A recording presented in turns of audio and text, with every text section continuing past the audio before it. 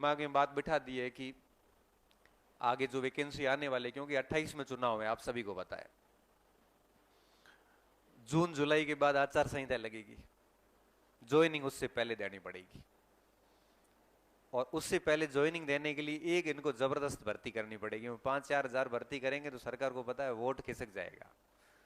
चुनाव के आखिर साल में हमेशा 30-35 हजार की वैकेंसी निकली है, आज दिन तक का ट्रैक रिकॉर्ड है, क्योंकि मैं 2008 से ये देख रहा हूं। चुनावी साल में सरकार कभी ऐसी गलती नहीं करती 5-4 हजार की। और मैं आपको आज ही लिख के दे सकता हूं कि वैकेंसी ढंग की आएगी। अब 28 में ज्वाइनिंग देनी, मैं सिर्फ ज्वाइनिंग का सोच रहा हूं, अब आपके कब आएगी कैसे आएगी ये आप देख लेना अपने हिसाब से। मेरा दिमाग सिर्फ वहां पे है। कहां पे? ज्वाइनिंग पे है।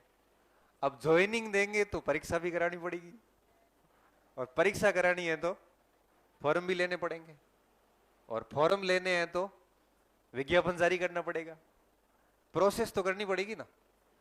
तो अब प्रोसेस के बारे में क्यों सोचे, सीधा परिणाम देखो ना कि ज्वाइनिंग कब करवाएंगे। ये ज्वाइनिंग करवाएंगे चुनावी साल में। ये आज तक यही होता है यार, आगे भी यही होगा। ये ऑन रिकॉर्ड बोल रहा हूं, ये सारा रिकॉर्ड होता है, यूट्यूब पे डालूंगा और भले आप रख लेना कट करके कि सर की गए सुना देखो।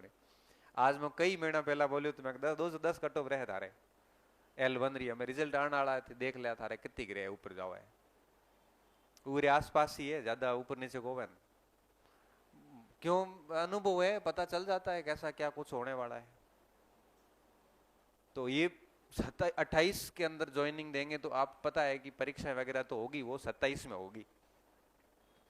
और 27 में एग्जाम्स करवाएंगे तो तय बात है कि प्रोसेस वगैरह भी 27 में शुरू करेंगे। तो अब आप इस बात को लेकर तो निश्चिंत है कि भर्ती तो आएगी। अभी भी किसी को लगता है कि वैकेंसी नहीं आएगी? किसी को लग रहा है ऐसा? नहीं लग रहा है। तो हम ध्यान है कि भर्ती आ है तो ते पढ़ो क्यों को है? अब आपके पास कोई ये तो बहाना नहीं है ना नहीं पढ़ने का कि वैकेंसी नहीं है। ये बात तो क्लियर हो गई। मतलब जब भर्ती आनी तय है, ज्वाइनिंग तय है, तो अब आप पढ़ लोगे ना, पढ़ोगे ना। हाँ। अब देखिए 26 के 3 महीने जा चुके हैं, 9 महीने शेष है, और 27 के 12 शेष है। 12 और 9 होते 21 महीने। लगभग लगभग आपके पास में 1.5 साल का टाइम है, 1.5 साल का समय आपके पास। और मैं आपको बहुत विश्वास के साथ कह सकता हूं, क्योंकि ये मैंने सारी चीजें करके देखी, इसलिए मैं बोल रहा हूं। सेकेंड ग्रेड ही बना, सारी भर्तियां पास किए, नहीं, नहीं तो मैं नहीं बोल पाता। नहीं तो मेरे को भी लगता पता नहीं कैसे नौकरी लगती होंगी, क्योंकि ये सब चीजें करी है, पास भी करी है, कितना टाइम लगता है, पास करते हुए बच्चों को देखा है, रिजल्ट निकालते हुए स्टूडेंट को भी देखा है, पहली रैंक से लेके लास्ट रैंक तक। तो मुझे अंदाजा है, उस बेस पे मैं कह रहा हूं कि 1.5 साल का टाइम है। और कोई एक विद्यार्थी कैसा भी हो, सामान्य हो चाहे अपने आप को कमजोर मानता हो, ब्रिलियंट हो, जैसा भी हो, 1.5 साल इतना समय होता है कि वो अपने पहले प्रयास को आखिरी प्रयास बनाने की हिम्मत रखता है। बस शर्त यह है कि उसको अंदर से लगना चाहिए कि 1.5 साल में मैंने एक दिन भी फालतू खराब नहीं किया है।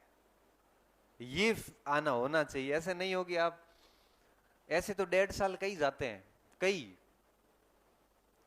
लेकिन अंदर से ये लगे ना कि मैंने टाइम बिल्कुल खराब नहीं किया, अपना बेस्ट दिया है, तो मैं आपको लिख के दे सकता हूं उस टाइम पे कि आप 1.5 साल के भीतर रिजल्ट निकाल लेंगे, भले आप 0 से शुरू कर रहे हैं। ये पर्याप्त अवधि होती है, पर्याप्त अवधि। एक चयन के लिए, अध्यापक भर्ती के चयन के लिए 18 महीने पर्याप्त अवधि होती। मैं कहता हूं साल भर में तो आदमी लेक्चर बन जाता है, और बने हैं। मैं कई बच्चे इस बार अभी हिस्ट्री का, इतिहास के रिजल्ट आए हैं, मेरे से मिलने आ रहे हैं, मैं उनको पूछ रहा हूँ कितना टाइम लगा, तो कह रहा साल भर लगा, कोई कह रहा सर 8-10 महीने में कर लिया था, किसी ने कहा सर 1.5 साल लगा। बट कर रहे हैं, कोई पृष्ठभूमि बड़ी जबरदस्त नहीं है। तो इस अनुभव के बाद जो पहली बात मेरे दिमाग में गहरी बैठी हुई है वो ये कि अगर आप 2-2.5 साल बढ़िया मेहनत करते हैं तो नौकरी लग जाएगी।